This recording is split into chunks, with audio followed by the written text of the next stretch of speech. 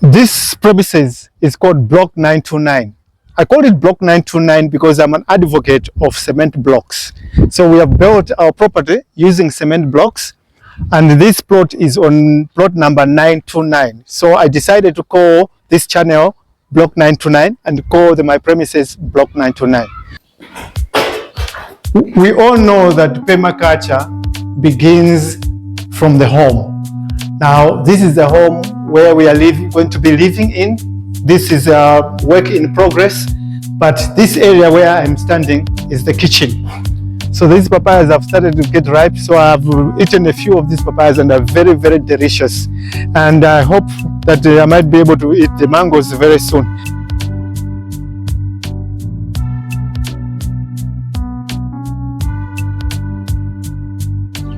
We have been going to several farms where we've been learning about permaculture. For me, it has been a learning experience, and I am so happy to have learned more about permaculture. So I've decided to actually practice what I've learned in my yard. So in this yard, I am going to do my permaculture farming, grow vegetables, keep some animals, and do various activities that are linked to permaculture. So I welcome you to my channel so that we can learn together and go out together with this experience. Because I know most of the people who have been following me this journey of permaculture, you have been following me because you would also want to learn and start your own permaculture farm. So let's go around the farm, around my yard, and I can explain to you what I'm going to do about permaculture. This premises is called Block 929. I call it Block 929 because I'm an advocate of cement blocks. So we have built our property using cement blocks, and this plot is on plot number 929. So I decided to call this channel Block 929 and call my premises Block 929. So here is where we're going to start our permaculture farming. Can you believe it? So in this farm, I am going to divide the farm in different zones. Now, I would like to take you in and explain to you what is going on in this farm. So let's go together so that I can share with you and show you how I'm going to zone my farm. So we got the workshop where we're doing our manufacturing, because we manufacture cement block machines. So this is our workshop. As you can see, this is one of the machines that we are manufacturing. This is actually a mechanic machine that makes cement blocks. You can run it using diesel, petrol, or electricity. It can also make the blocks manually. But let's go to the back so that I can show you.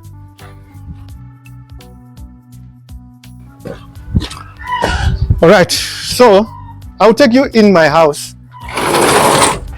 I know some of you haven't been able to see my house. We are still building my house. What happened was, while we were building the house, we had to stop building the house because we were focusing on the workshop. So right now, I do some work in the house little by little. So bear with me, the house is in a mess.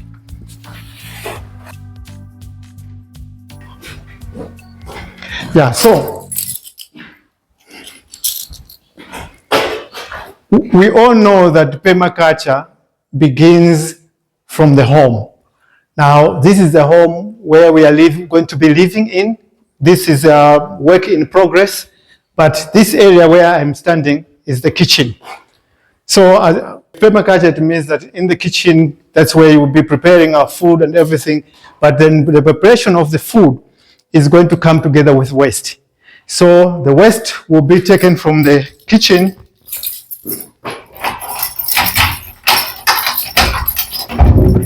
Yeah, so we're going outside the kitchen.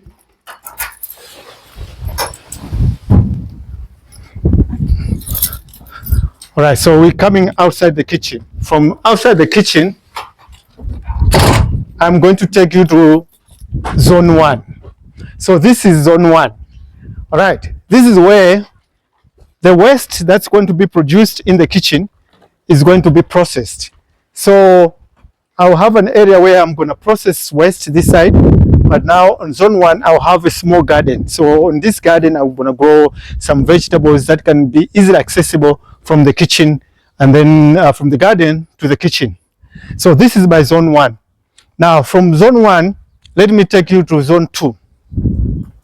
Okay. Let's come this side.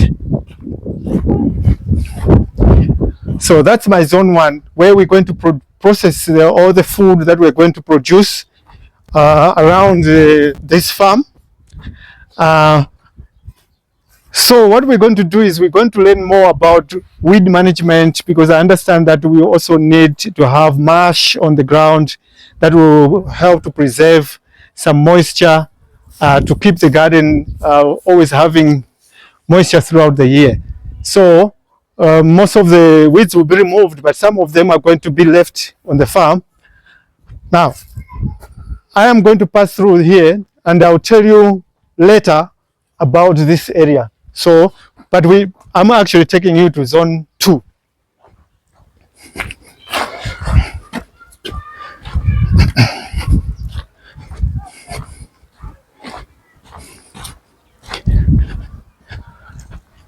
Welcome to zone 2.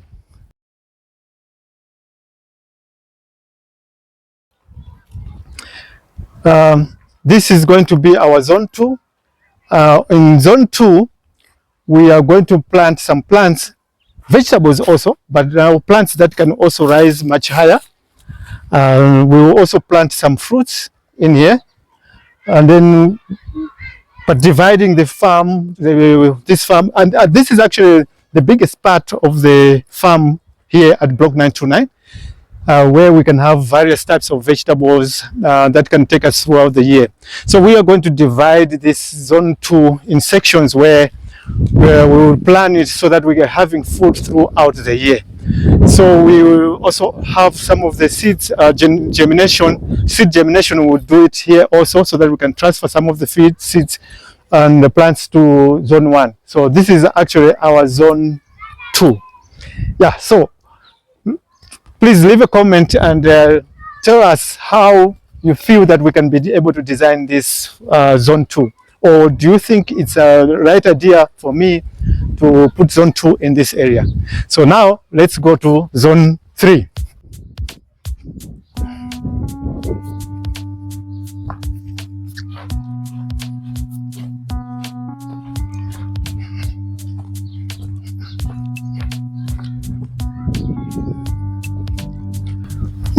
Welcome to zone 3. So this is our zone 3.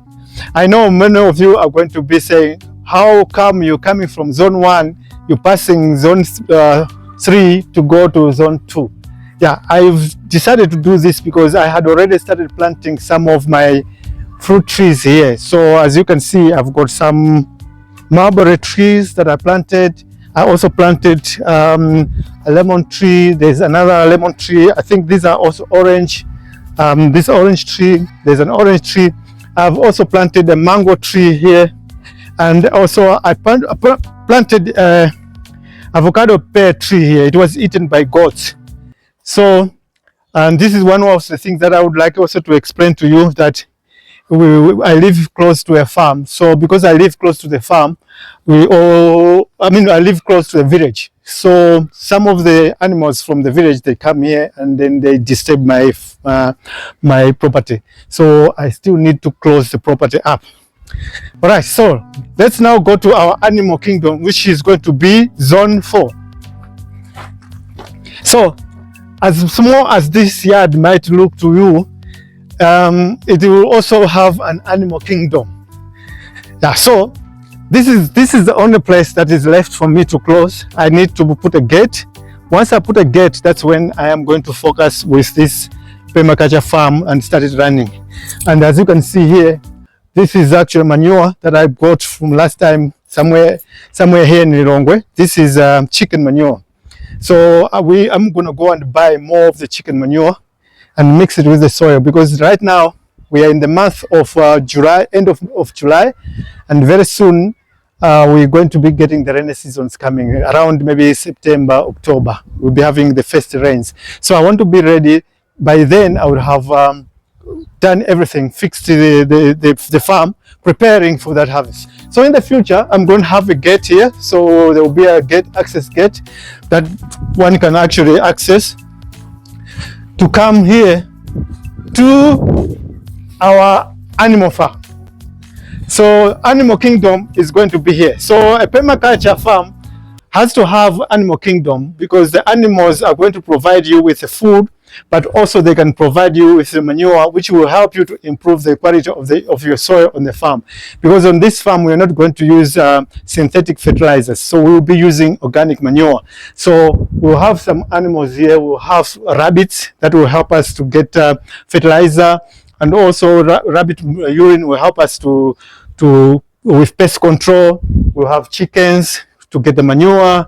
We might have 2 or 3 goats here also, and we'll keep quails, we'll keep different types of animals that will help us for food and also for soil improvement.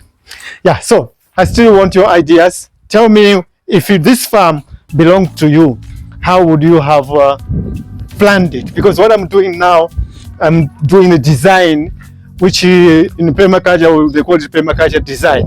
So this is actually a design.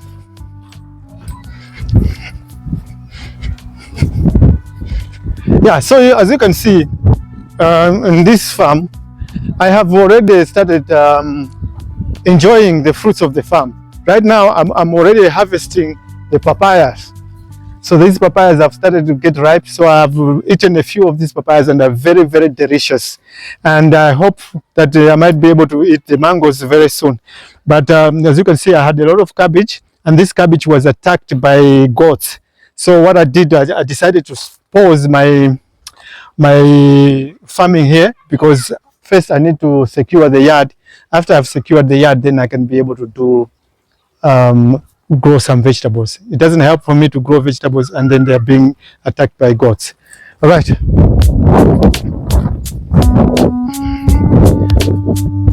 Okay, so tell me, what do you think? Now, let me take you inside the workshop.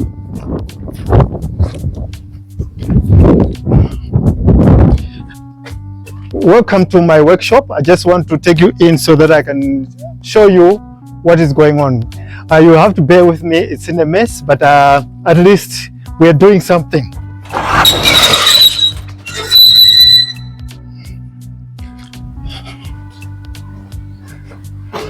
Okay, so this is the workshop where we do most of our work. But the reason why I brought you in here is for me to show you these tanks over here. I've been collecting these tanks because I've always planned that when I start my permaculture farm, I will also keep some fish. But these tanks are going to be used for experiments, because I would like to understand why is it that when we do fish farming in Malawi, we struggle to harvest fish that is very big and healthy. So with these tanks, I'm gonna separate the fish and do some experiment. Take records, put fish in different tanks and give them different conditions. Some of them are going to have they will be oxygenated, some won't be oxygenated. Some of them, they're going to get food from the shop. Some of them will get food that I'm going to be trying to produce myself. So that I can understand and see what conditions does the fish need for it to grow big. Because I've seen people in West Africa and also in Asia, they grow fish in tanks and dams, and they are able to harvest very, very big fish. But in Malawi, many of the farmers are struggling to have their fish growing big. So I would like to do some experiment and understand that. All right, so this is our workshop. It uses solar. So this premises is off-grid. We don't use electricity from the grid. We use our own electricity. We process our water also. So it qualifies to be an off-grid farm. So welcome to my permaculture farm. Tell me what you think about this. And if you want to learn more from the farmers that I've visited, please don't forget to click here and also click here. Thank you very much.